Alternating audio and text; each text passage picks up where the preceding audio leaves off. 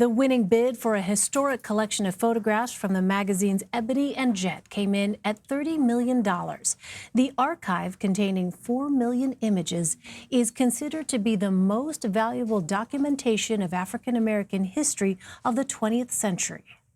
And Adriana Diaz joins us now. Adriana, so what do we know about the bidder who will be taking over this collection after making a $30 million bid?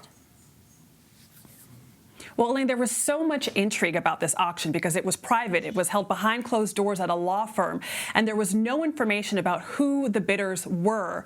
But what we now know is that the winning bid, as you mentioned, for $30 million is actually a group of foundations, the Ford Foundation, the MacArthur Foundation, the Getty Institute, and some others. They all are coming together to purchase this archive, and what they've announced that they're going to do is donate it, or at least a bulk of it, to institutions where the public can see it, including the National Museum of African American History and Culture in D.C., as well as a museum run by Getty, which is a photo company in Los Angeles. Well, you have been following the story of these historic images going up for auction.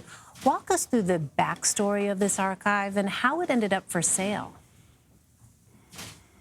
Well, these are photos that were taken by photographers who worked for Ebony and Jet magazines. These are magazines that were created in the 40s and 50s by a pioneering publisher named John Johnson. And it was all here in Chicago. Johnson wanted to have a magazine that could basically be a version of Life magazine, but for the African American community. And so there were mostly black photographers going out documenting black life for these magazines because there weren't others telling these stories. And so what we have is a rich trove of images that document African American history over the past 70 years and some of the most critical years. These are the civil rights.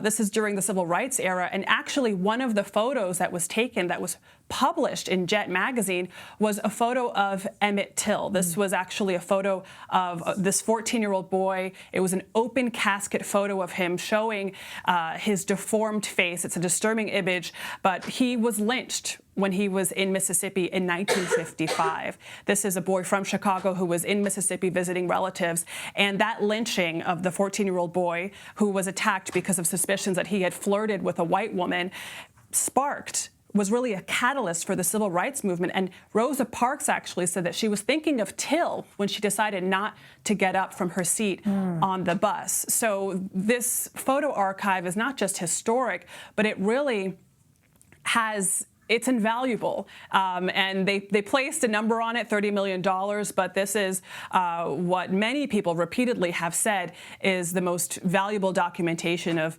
African American history, which is really all of our history that exists. Absolutely. And Adriana, while you were reporting on the story from Chicago, you were given a rare look at the archive. Tell us about that. What was that like?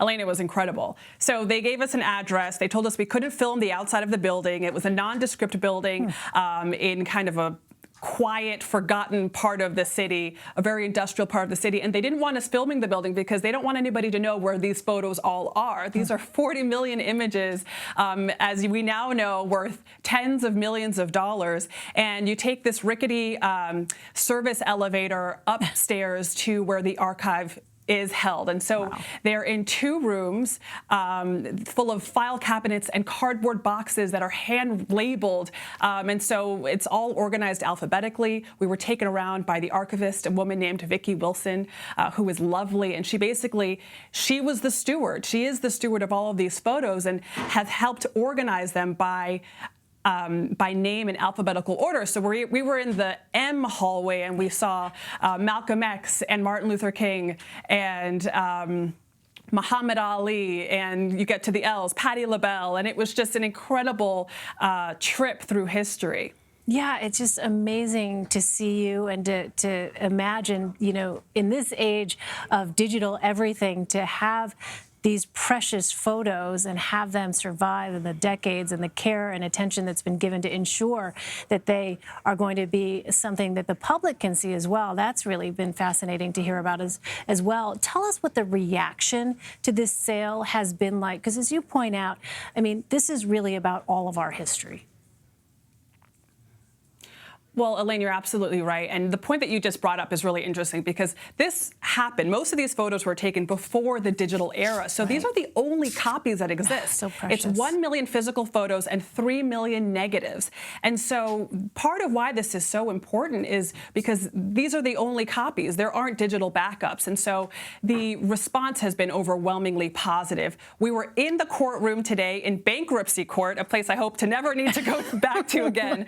And we spoke to the original owner of the photos, a woman named Linda Johnson. She's the daughter of John Johnson, the original publisher of the magazines.